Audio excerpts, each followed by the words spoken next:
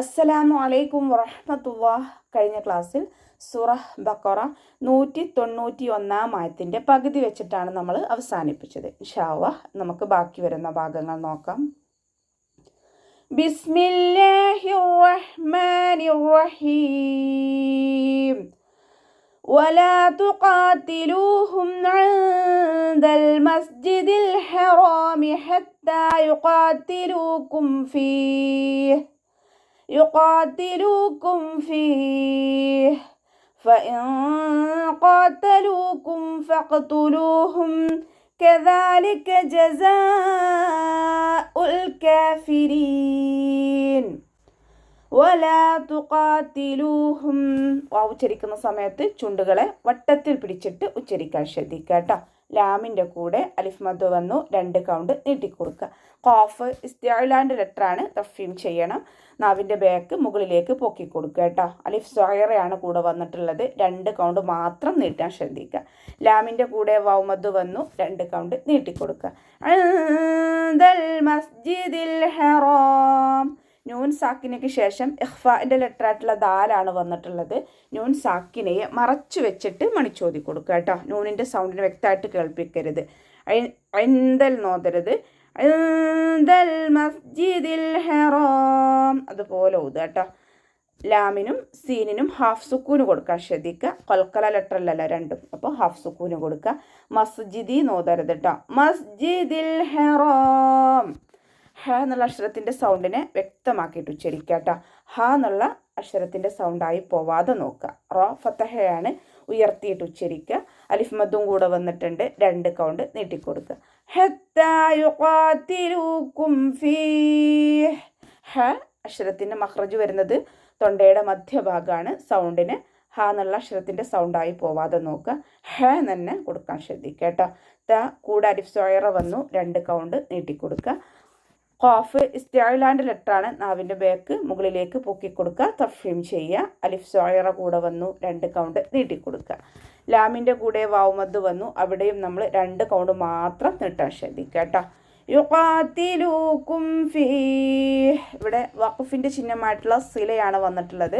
ചേർത്തി ഓതലാണ് ഉത്തമം. ഇനി നമ്മളിവിടെ വഖഫ് ചെയ്യുന്ന സമയത്ത് ഇവിടെ വരുന്ന മദ് ആര് സുക്കൂനായിട്ട് മാറും. ഹാക്ക് നമ്മൾ സുക്കൂന് കൊടുക്കുമല്ലോ വഖഫ് ചെയ്യുമ്പോൾ. അപ്പോൾ ഹാക്ക് സുക്കൂനും അതിൻ്റെ മുന്നേ മദ്ദക്ഷരം വന്നാൽ നമ്മൾ വഖഫ് ചെയ്യുമ്പോൾ മദ് ആര് സുക്കൂനാണ്. 2, 4, 6 കൗണ്ട് വീതം നീട്ടി വഖഫ് ചെയ്യുക. ഇനി ചേർത്തി ഓതുന്ന സമയത്ത് അക്ഷരത്തിൻ്റെ ഹർക്കത്തിന് ഉച്ചരിച്ചിട്ട് മുന്നോട്ട് പോവുക കേട്ടോ. ഫഇൻ ഖാതലൂക്കും. ഫ ലൈറ്റാക്കിയിട്ട് ഉച്ചരിക്കുക. മേലെ മുൻപല്ലിൻ്റെ അറ്റം താഴെ ചുണ്ടിൻ്റെ ഉൾവശത്ത് നനഞ്ഞ ഭാഗത്ത് വെക്കുക കേട്ടോ. നൂൻ സാക്കിനയ്ക്ക് ശേഷം ഇഖ്ഫാൻ്റെ ലെറ്ററായിട്ടുള്ള ഖാഫാണ് വന്നിട്ടുള്ളത്. നൂൻ സാക്കിനയെ മറച്ചു വെച്ചിട്ട് മണിച്ചോതി കൊടുക്കുക. ഫഇൻ ഖാതലൂക്കും നോതരുത്. ഫഇൻ ഖാതലൂക്കും. ഖാഫ് ഇസ്തിഅലാൻ്റെ ലെറ്ററാണല്ലോ, അപ്പോൾ ഉയർത്തിയിട്ട് ഉച്ചരിക്കണം. നാവിൻ്റെ ബാക്ക് നന്നായിട്ട് മുകളിലേക്ക് പൊക്കി കൊടുക്കുക കേട്ടോ. ലാമിൻ്റെ കൂടെ വാവ് മദ് വന്നു, 2 കൗണ്ട് നീട്ടിക്കൊടുക്കുക. ഇവിടെ മീം സാക്കിനയ്ക്ക് ശേഷം നമ്മൾ നേരത്തെയൊക്കെ പറഞ്ഞിരുന്നു, മീം സാക്കിനയ്ക്ക് ശേഷം ബ മീം എന്നീ 2 അക്ഷരങ്ങൾ ഒഴിച്ചിട്ടുള്ള ഏതക്ഷരം വന്നാലും മീം സാക്കിനയെ വ്യക്തമാക്കി മണിക്കാതെ ഓതുക അല്ലേ. ഇവ്ഹാർ ഷഫവിയാണ് വരുന്നത്. മീം സാക്കിനയുടെ നിയമത്തിലുള്ള ഇവ്ഹാർ. ഖാതലൂക്കും പറഞ്ഞിട്ട് മണിക്കരുത് കേട്ടോ. ഖാതലൂക്കും ഫഖ്തുലൂഹും. ഫ ലൈറ്റാക്കിയിട്ട് ഉച്ചരിക്കുക. ഖാഫ് കൊൽക്കല ലെറ്ററാണല്ലോ, അപ്പോൾ സുക്കൂനാവുന്ന സമയത്ത് ഫുൾ സുക്കൂന് കൊടുക്കുക കേട്ടോ. പിന്നെ ഇസ്തിഅലാൻ്റെ ലെറ്ററും കൂടിയാണ്, അപ്പോൾ ഹെവി ആക്കിയിട്ട് ഉച്ചരിക്കുകയും ചെയ്യുക. ലാമിൻ്റെ കൂടെ വൗ മദ് വന്നു, 2 കൗണ്ട് നീട്ടിക്കൊടുക്കുക.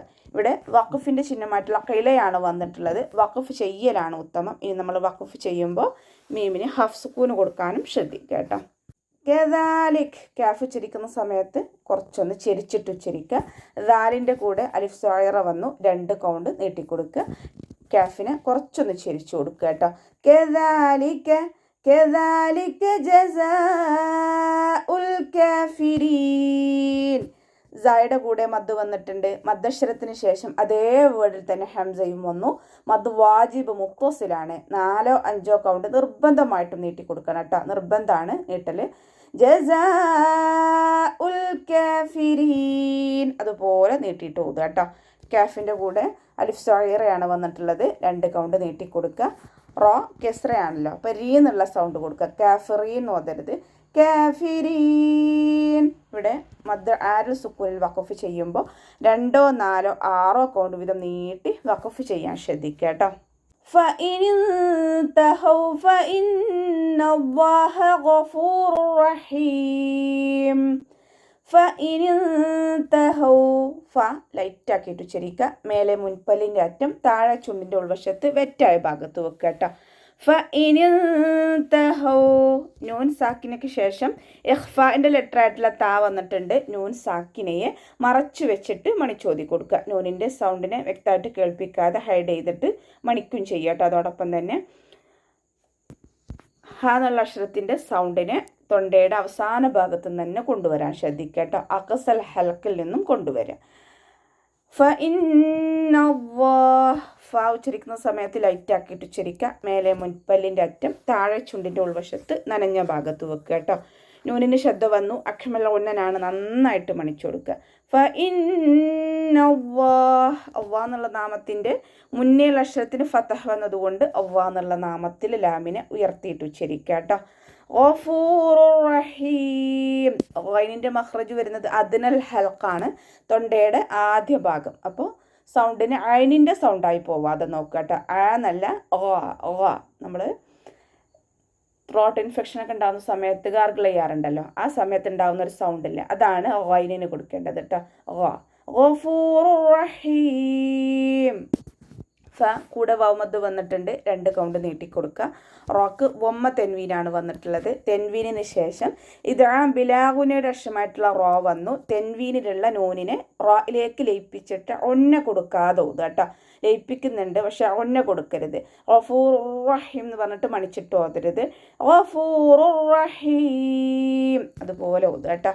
ഹ എന്നുള്ള അക്ഷരത്തിൻ്റെ സൗണ്ടിനെ വ്യക്തമാക്കിയിട്ട് ഉച്ചരിക്കുക. ഇനി അവസാനത്തിൽ മദ് ആരുൽ സുക്കൂനിൽ വഖഫ് ചെയ്യുമ്പോൾ 2, 4, 6 കൗണ്ട് വീതം നീട്ടി വഖഫ് ചെയ്യാൻ ശ്രദ്ധിക്കുക കേട്ടോ. അപ്പോൾ നമുക്ക് ഇവിടെ വെച്ചിട്ട് അവസാനിപ്പിക്കാം. അസ്സലാമു അലൈക്കും വറഹ്മത്തുള്ളാഹി.